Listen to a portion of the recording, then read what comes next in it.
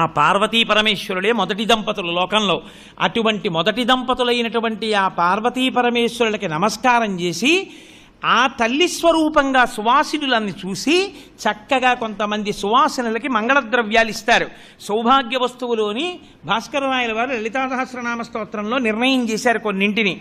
అటువంటి వాటిని ఎర్రటి పూలు కొప్పులో పెట్టి చక్కగా చెరుకు కర్రలు, జీలకర్ర, ధనియాలు, కొంచెం పెరుగు తీసుకెళ్ళి ఇచ్చి ఇలాంటివన్నీ చక్కగా ఒక పొట్లం కట్టి ఆ సువాసినికిచ్చి ఆమెకి నమస్కారం చేసి పరదేవతా స్వరూపంగా భావించి ఒక సువాసిని తీసుకొచ్చి కూర్చోపెట్టి సువాసిని పూజ చేసి పెళ్లి కూతురు ఓ శివాలయానికి వెళ్ళి చెప్పులేసుకుని శివాలయానికి వెళ్ళింది కాబట్టి వెంటనే లోపలికి వెళ్లకుండా కాళ్ళు కడుక్కుని ఆచమనం చేసి అక్కడ కూర్చుని శివాభిషేకం మౌనంగా చూసి ఆ పార్వతీ పరమేశ్వరుల అనుగ్రహాన్ని పొంది సువాసిని పూజించి గౌరీ తపస్సు చేసి